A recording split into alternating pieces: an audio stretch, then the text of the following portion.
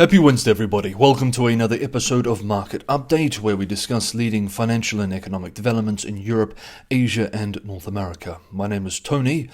Let's jump in. And first up, aides to the US President Donald Trump are reviewing billions of dollars in federal funds flowing to New York City following the election of Mamdani as mayor. Reports citing White House officials confirmed on Tuesday. The move signals that the administration is weighing punitive action against the nation's largest city after voters elected a Democratic socialist to its top office. According to several U.S. media outlets, citing an unnamed official, the review of federal support programs awaits Trump's final decision. The White House has not contacted Mamdani's transition team, suggesting a growing tension between the incoming mayor and Washington. Mamdani, a 33-year-old left-wing leader and the city's 111th mayor-elect, has pledged to pursue sweeping, expensive, and controversial policies: rent freezes for over 1 million tenants in stabilized apartments, universal child care, free buses, and city-run grocery stores funded through higher taxes on corporations and top earners. His campaign, rooted in so-called economic justice and anti-poverty promises, alarmed Wall Street and corporate donors. Former Mayor Michael Bloomberg and other establishment figures lined up behind Andrew Cuomo, who lost to Mamdani despite major backing from business groups and a high-profile endorsement campaign. Because the mayor-elect ran a populist campaign, one could argue that it's perhaps because of this business backing. In a defiant victory speech, Mamdani addressed Trump directly. Quote, "To get any of us, you will have to get through all of us," end quote. During the campaign, Trump repeatedly attacked Mamdani as a communist, warning that his policies would undermine New York's standing as a world financial capital. Now, with Mamdani preparing to take office in January, the White House's funding review threatens to escalate into a major political confrontation. New York City received nearly $10 billion in federal aid in fiscal 2025, about 8% of its total operating budget, supporting education, housing, and social services for low-income residents. Any freeze could severely strain the city's finances, already burdened by the ongoing federal shutdown and earlier cuts to national agencies. Trump has framed his stance as conditional goodwill, saying on Fox News, quote, "I want the new mayor to do well because I love New York, but he must be respectful of Washington," end quote. Yet a funding squeeze could risk political backlash too. When the White House froze $18 billion in infrastructure funds early last month, arguing, quote, "contracts awarded are inconsistent with civil rights laws and the U.S. Constitution because they were given based on racist DEI," end quote, suburban voters across New Jersey swung sharply toward Democrats. As Washington weighs retaliation, Mamdani faces the test of converting his controversial agenda into governance, while navigating a White House openly skeptical of his vision for America's most iconic city. How New York's economy fares with all this is a space we will be watching closely in the coming months and years. Next up, when China first unveiled its vision to connect Asia with a sprawling web of high-speed railways, it was meant to showcase the superiority of its state-led development model. But as delays stretch on and debts pile up, Beijing's grand strategy for regional influence through infrastructure, often dubbed rail diplomacy, is sputtering. That slowdown gives rival Japan, a key US ally, an opening it hasn't enjoyed in years. At stake is more than engineering bragging rights. Each railway comes with decades of repayments, maintenance contracts, and training programs that bind nations economically and politically. China's model of all-in-one delivery, from financing to construction and technology, once seemed irresistible, but recent experience has exposed its costs.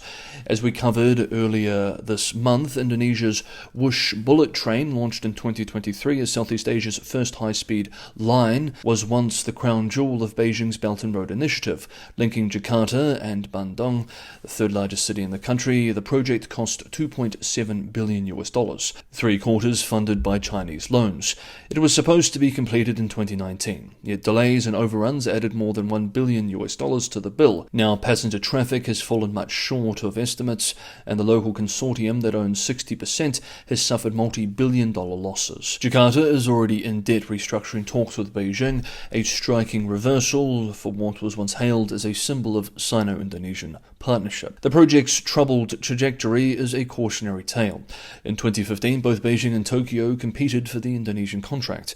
Japan offered cheaper loans, but Indonesia chose China for its speed and no-strings-attached financing. A decade later, many in Jakarta are questioning that decision. Yet these solutions are proving risky. From Malaysia to Nigeria, projects financed by Chinese lenders have been dogged by opacity, cost inflation, and political backlash. In 2023, the Philippines cancelled 3 major Chinese-funded rail initiatives amid rising tensions over the South China Sea. A study by Boston University found that developing nations now pay more to service Chinese debt than they receive in new loans. Japan, meanwhile, is positioning itself as a reliable alternative. It invented high-speed rail in 1964 with the Shinkansen and now leads India's Mumbai-Ahmedabad corridor, a $17 billion project, 81% financed by Tokyo at ultra-low interest rates.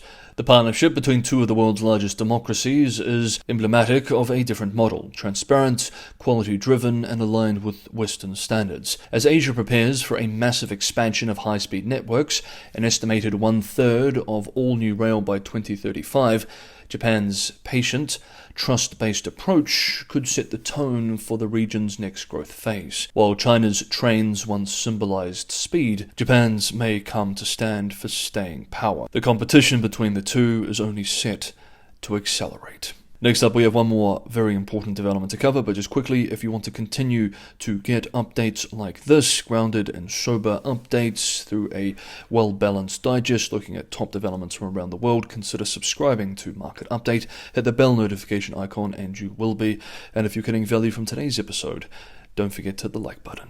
And finally for today, we move to Europe. Italy's government faces a delicate balancing act as it pledges to meet NATO's new defence spending targets while struggling with one of Europe's heaviest debt loads. Italy's finance minister, Giorgetti, remained deliberately vague in Parliament last week about how Rome will fund its expanded military commitments, promising only that Parliament would be informed, quote, at the beginning of the next financial year.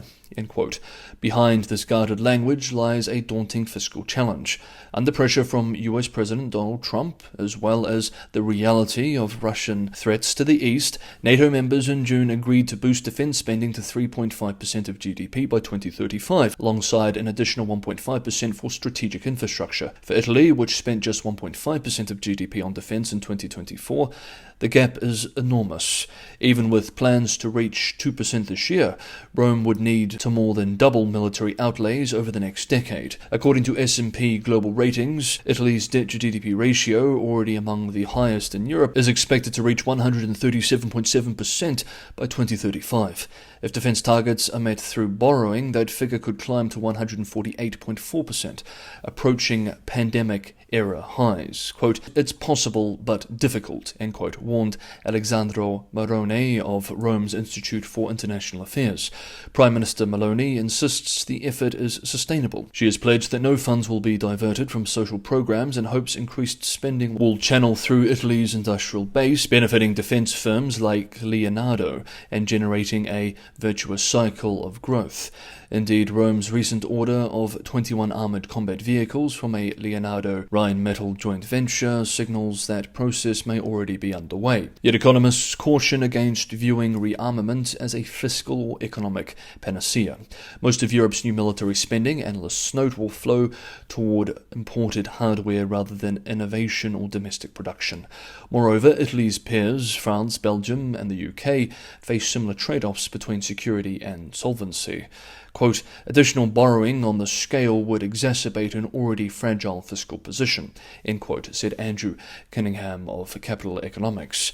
Giorgetti has promised to reduce Italy's fiscal deficit to 2.7% next year, paving the way for participation in Europe's so-called Loans for Arms program. But that would still add to the country's debt burden, just as the IMF predicts Italy will overtake Greece's debt ratio by 2027, a symbolic milestone that revives memories of the Eurozone debt crisis. Given these constraints, some economists expect the EU to turn again to joint borrowing, akin to the Pandemic Recovery Fund, to ease the strain.